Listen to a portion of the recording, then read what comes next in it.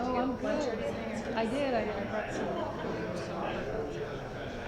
Did you have lunch? The crab thinned it. I stuffed more of that fish in my mouth as I walked out the door. Come on back, so hard. Yeah. And plus it was short. Half of our presenters. Probably will be back with her. Who's supposed to be presenting? Huh? Who's presenting now? The two guys who never happened. And Do you want them there? and we could give it a couple minutes. That's how we ended up late.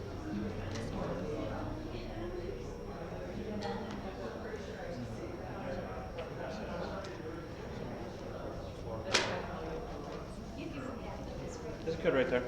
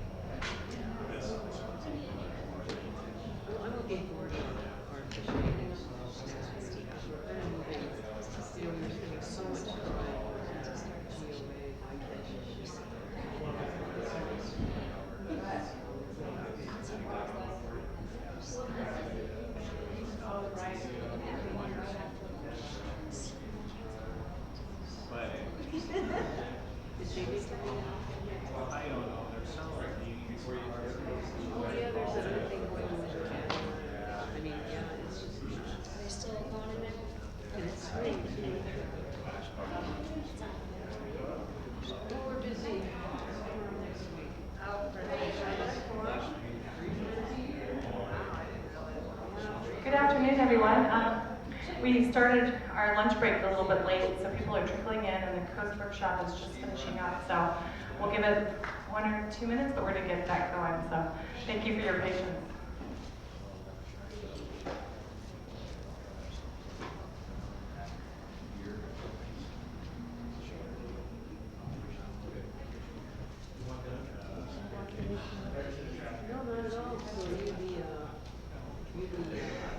Yeah, that's me. And law school. And also that. Do you know if anybody's on the slides? Right now, lots of them. Really? Yep, and the other one is. That will be recorded.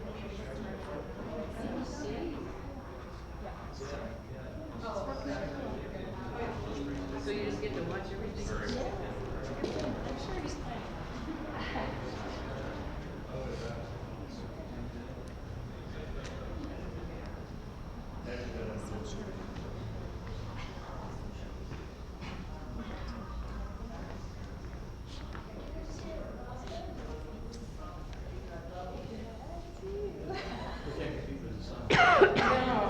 Matthew got a hard spot. Yeah, I'll go back to Jonathan. Jonathan, Oh, and our session chair walked away anyways. Hi, John. Oh, hi, John. So much for Yeah, it's all good. because of all the Yeah. it actually came up.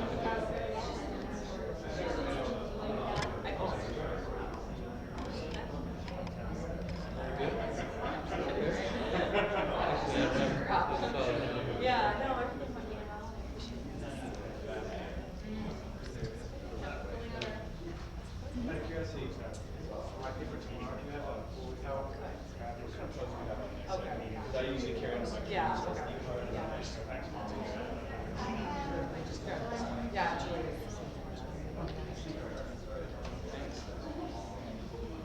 Yeah. That's why we have a little bit Yes.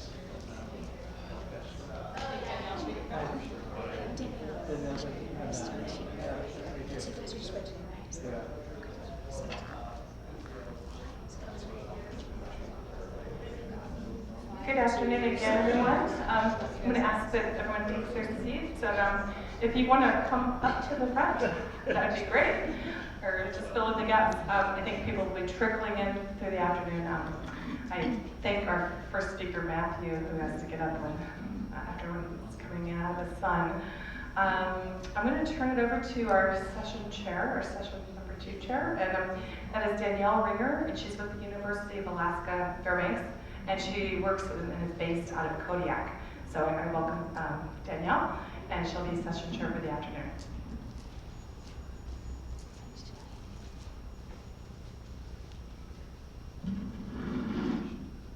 Hi everybody, I hope you all had a nice lunch. Again, appreciate you guys coming in on the sunny day in Kodiak. It's a rare thing, so we're happy to have everyone here.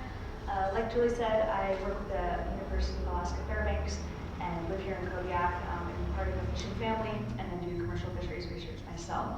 So today, our session is going to be habitat and process. And so we're going to be having different talks broken into 2 sections. We'll have a break for coffee and restrooms right in the middle around 3 o'clock. And this session is going to be focusing on habitat, but also to related processes and activities that might actually be affecting the habitat. So we are going to start off, it looks a little bit different than on your agenda. We're just going to be switching our first 2 talks. So as you can see, we're going to start with Matt Eagleton from NOAA Habitat Conservation Division out of Anchorage. And he will be speaking to Alaska Central Fish Habitat Research Plan 2017 through 2022, a research plan for NOAA fisheries. So thank you, Matt.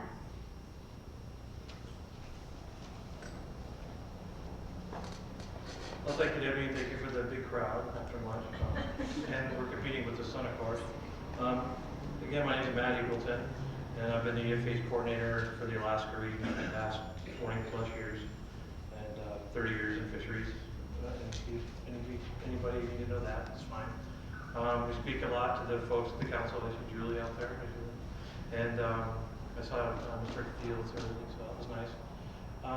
But I'm here to represent basically kind of a forward-thinking EFH research plan. And we've had a research plan in place since the Magnuson Act had been reauthorized back in 1996. But as we'll see, we'll kind of go through a few of the iterations. It's kind of evolved, and then I want to spend some the last few minutes talking about some exact kind of cool things of making the third edition, fourth edition, whatever you want to call it, kind of a new way to go. And I do have to go back for putting my glasses, so I apologize that. Otherwise I can't see the screen. So we'll probably have about like so. Again, I'm going to say co-author on this is Mike Ziegler, Dr. Mike Ziegler. He's the head of the HEPR team, the Habitat Ecological Processes Research Team, I think is what the R is for. And there's a group of people in there, a bunch of AFC folks from like across disciplines that feed into that group, and we rely on that group to kind of give us a diverse opinion on EFH studies that we end up ranking scientifically and then going through management. So again, EFH back in 1996 was kind of an ad hoc thing. We always had a plan with the Science Center to do research, but we found out after we got it in place for looking to see 10 years went by before we actually published something, or actually a real plan. And it was kind of an ad hoc plan. We just kind of took proposals in. EFH money isn't a lot of money, you know, like $350K a year, and it's kind of more like gas money. People thought of it as I was trying to find some things, but as folks went along, one of the key components is habitat utilization and characterization. So a lot of people are already doing that, just not with the term of EFH in mind, these essential fish of the Magnuson Act. So that's where we kind of went. As we went into 2006, Mike and I were just kind of talking, and it was like, we should have a plan. I mean, really a plan, not just ad hoc, say I like this project or that one. It wasn't that simple, but you know, there was a little bit of ranking, but it was also came down to the budget line. And we said, well, we should have a plan that says, let's not even think about the budget. Let's get good ideas in based on some themes and some goals, and we'll take them and then we'll draw the line in the sand and we'll fund as many as we can. And we'll see how that works. So that went through 1, 2, 3, and we're in the third edition here for this 2017 to 2022. Again, the plan focuses on basically 5 kind of research themes. We're going to characterize habitat, going to validate and prove the impacts model, which John Olson, who works with our group in Habitat, will talk about after myself. That's why we switched spaces. We'll look at sensitive habitats, or ones that are recovered from disturbed, if they're already disturbed. And that can be either man-made or it can be a natural disturbance. And then low-cost C4 mapping, as we know that a lot of the country was being exposed to these new multi-beams and type of high-resolution imagery, and Alaska, because of its scale, didn't have that ability, and we all knew it was going to cost a lot to do the same type of detail with imagery. We have some really good solutions on that that help a lot with our modeling. And the last thing up here is our coastal areas facing development. One part of the Magnuson Act is for fishing effects, and the other part of the Magnuson is for non-fishing effects, the stuff that we do when we build ports or we put in a large coastal road or maybe an airport that goes out into the ocean. We talk about that with the action agencies and make sure that their effects are not adverse. And then we recommend to them measures that would kind of bring the adversity away, or not alleviate it totally, because you do have some temporary effect or some type of effect, but the adverse effect needs to be taken care of or satisfied. So how do we do that? Every year we have an internal NIMS RFP, request for proposals.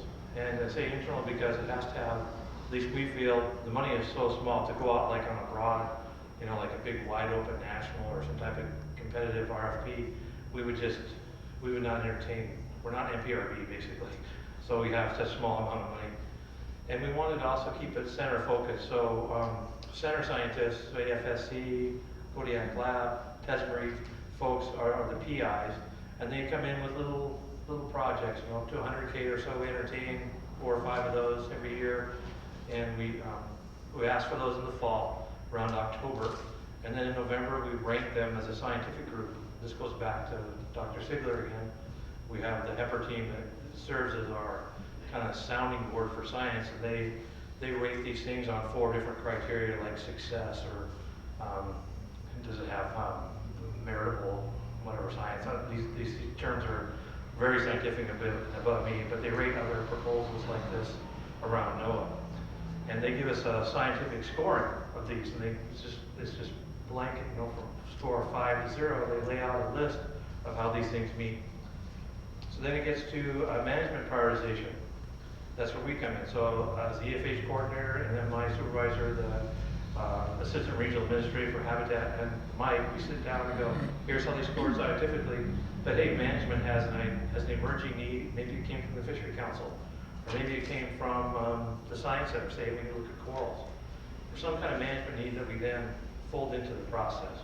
And then we finally get an allocation from headquarters, and we get funding allocation, and we distribute that to our Science Center and PIs, and they can go on their merry way and do their science. But it's basically kind of a one-year event, and then next year it starts over. So as you can see, funding a multi-year process is not really advantageous right now. If you look at a little bit of history, the last 10 years, we've got about $5 million since 2005 in EFH funded projects, 80 to 90, basically arguing on the number of it, scientific publications, and about 90 projects to date. Again, you see the big piece of the pie with the 60 on it, the big red one, is basically how that's kind of habitat science as it goes. And that hasn't changed. We're just helping them maybe give them that extra couple C days, or we're going to give them that extra tool to the toolbox to look at habitat in different manners. And then you'll see some of the smaller ones, like the other piece of the pie, those are kind of now expanding as the pie shrinks for the traditional habitat stuff, and we look at recovery rates and sensitivity issues like corals and stuff like that. So I'm going to go through 5 examples, actually 4, because John's going to do a good job on one of them. And but an example of how where EFH kind of management science mix is refining habitats for EFH descriptions, basically where these EFH are. And the few people here in the room have been part of it. Mr. Rooney's here. He's up to his eyeballs at maps right now. But they're looking at all the different distributions by season, by life stage, by stock, for all the different stock. So you just add them up, all multiplies 300 substocks. Species maps they're looking at, making sure those are then meeting the EFH, as far as whether they're at level 1, meaning they can be just generally described, or level 2, where they've got some habitat-related density information, or level 3, which moves on with some growth and reproduction. And then there's a level 4, where you can actually do that by the habitat, and that's a really high bar. So our goal basically is to get to level 3 and then start thinking about this a little bit different, down the road, probably way down the road. Example 2 is one of the mapping type of examples where Mark Zimmerman down at the Science Center found a way to take some of the finer resolution bathymetry kind of model and use the NOAA charts as backdrops and pull in these kind of features, I guess, and bathymetry lines and the contours, and then we can put the fisheries involved with the fishing, and then we can use it as basically a backdrop for our assessment tool. The third way, this is a sensitive habitat example where we had an input from the council asking about Bering Sea and canyons and importance for corals. Isn't that right? Oh, sorry, I'm on the wrong screen. There we go. Was I off all the time? I apologize for that. No, there we go. Yeah, that's right. Sorry. I was looking at both of them there on the screen up here. So this one is the Eastern Bering Sea coral distributions with the council was looking at corals there, and then the group applied to EFH money, so we gave some money to help fund part of that research. Did not fund it all, but it was a part that helped play an integral part, and it fit in with EFH as well. Also an emerging issue. Another example is the Arctic.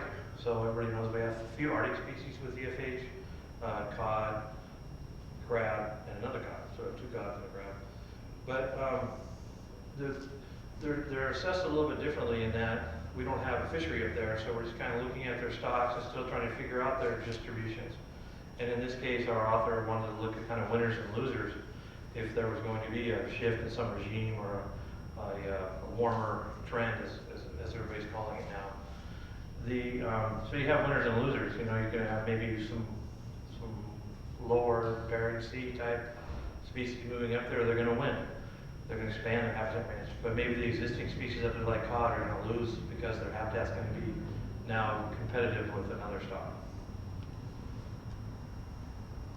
This last one is the fishing evaluation effects model, and John's going to talk about this in detail here in a few minutes. But this is one of the new toolboxes in our EFH measures that just passed the council motion, our Fishery Management Council motion in April. So a lot of work has been put into that, and John will talk about that in a few minutes. I'm trying to be speedy to give him more time because I think he needs more time. He should. We're 5 minutes. So the new plan. So the EFH research plans are updated when the council redoes EFH. So they revise EFH every 5 years. And there's 10 components that go into a fishery management plan that are related to EFH. One of them is research. So there's kind of a requirement to do this. And then the new plans are succeed or supersede the older plans, so they're meant to evolve. And they've been doing that. I think I've shown that. This next plan takes us to 2022. This is what a draft plan looks like now. It's in draft, so please no citing it, anything like that. But, it's a fairly simple plan. You'll see here in a minute how simple it basically can be. The thing it first does is it looks at consistency to maintain that. So we use the 5 long-term EFH goals from before: habitat, sensitivity, improve the habitats models, MAT, seafloor, coastal areas. And then it adds in a couple of research objectives where, I mean, it's pretty simple to say where we don't have information, we should try and define it. That's level 1. And then if we have level 1s or 2s, we should try to get to a higher bar for management to talk about where these 3s are with the habitat related density. And then we've kind of put the H now, essential fish habitat, into the equation, where before we're all talking about just the essential fish. So we're going to put some H in there, little h, because the habitats are very big. Do we have to do something for that? That's normal. Okay. It's a weekly test. It's like Stewart, right? We're Like fine. doing it every day at noon? Okay. Everyone's. Everyone's there? Okay. Yeah. We promise, that's. It's okay. We have the same thing in Stewart. Every day at noon it goes off. Couple more slides here is all. This new approach I was talking about for this new plan, I think, is integral. This is the key take-home message, is that it's now going to go from this 1 year, go fund the study and then have a result and be done. It's going to try and get into a multi-year study with a staggered approach. So in 2018, we're going to take on one EFH proposal that's a 3-year study that includes your lab, field, and modeling studies. And modeling is a component that's required. And so in 2019, it'll be in year 2 of its funding, but now all of a sudden the second one will come in its first year. So the pot of money obviously has to be split a little differently. So we'll have more money going to basically 2 integrated fieldwork studies. And then in the 3rd year, we'll have the last part of the first one we started, the 2nd year, the second, and a brand new one coming on. And the result is that within the 5-year time, we'll have funded 3 multi-year studies. We don't know if that's really going to work. I mean, we're thinking this is a good idea, basically, and we should test that. It doesn't say that all the money is still going to go towards these 3-year things, because there's going to be single outcome money or single year money proposals that will still be in the process. But we will have those 3 to go in 5 years. That worked. Let's do that again. And it gets back to feedback. We heard back from all the scientists saying, I wish we could do this for more than 1 year. I mean, man, I need more than 1 year to do this. Or I'd like to write something on it or whatever. And we just kind of have to say, well, too bad, just throw it all in one. Well, now we've got a way that's built in that we can handle this. This is kind of a repeat here. Just that it adds that flexibility I was just talking about. There's also flexibility built in there, so when the council comes up with the emerging issues like that coral thing, we can add that as an emphasis in the plan and address that within that year. Again, the goal is to move to level 3. This isn't not in the plan, but I like this slide because it just tests things, and I figured we're at the Science Symposium, this would be a good slide to throw in there. And this was kind of the thought process. Over here you've got, on this side you've got these layered habitat attributes. here with different depth and sediment and things like that, and they kind of fold into these hypotheses and responses and things like that. I'll let the scientists stay with that. This is probably the key slide of all, and really the success with EFH, with research, with our program, whatever it is, it all rests with how we work with our Science Center counterparts at Tesbury, Kodiak Lab, and the Science Center down south in Seattle.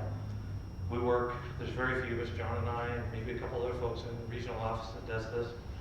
And then our work with the Pacific Council, I think, is just, highest on the mark.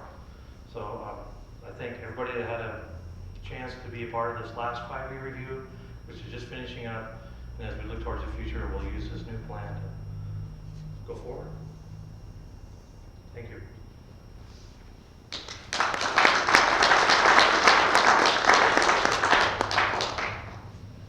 Thank you, Matt. I do think we have time for one quick question. We are going to have a facilitated Q&A session at the very end after the break, so you have another chance. But if someone wants to get one in now, go ahead.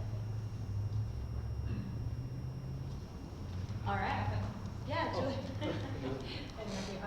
So all the work is really, your habitat work is done in relation to fish, the commercial fisheries, correct? Commercial fisheries. For the most part, yes. Does it account for non-commercial species and like forage fish or feeder fishes?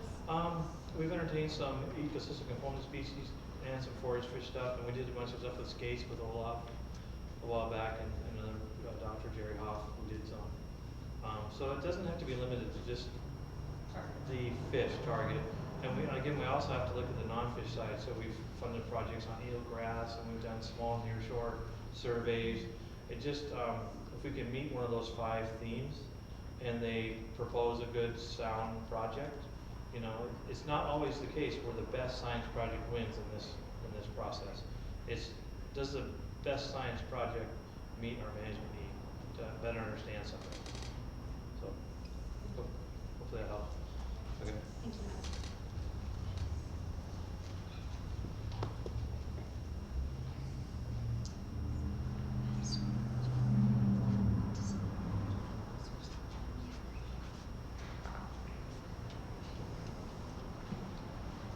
Okay, so while we're getting John's presentation up, we are going to move then to a focus on commercial fisheries. John is also with the NOAA Habitat Conservation Division out of Anchorage, and he'll be speaking towards delineating the footprint of commercial fisheries, working backwards to examine effects on habitat. Thank you, John.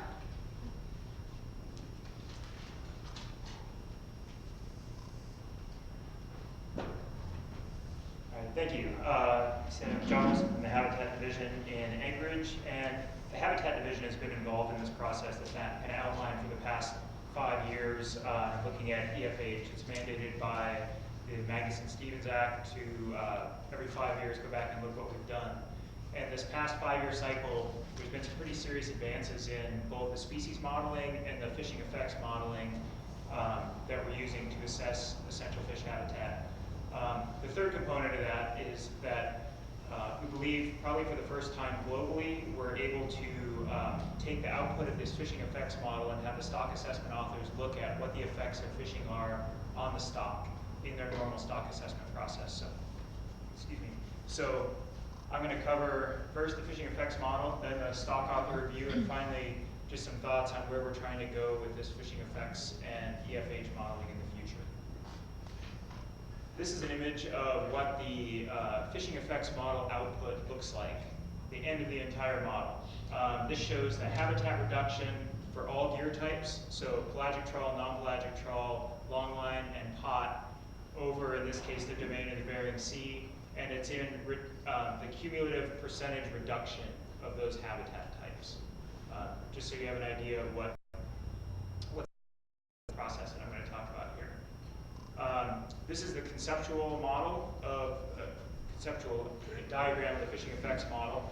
There is a component for the gear, fishing gear, one for the habitat types, then the susceptibility and recovery of those habitat types, and finally the output that you just saw in the fishing effects model.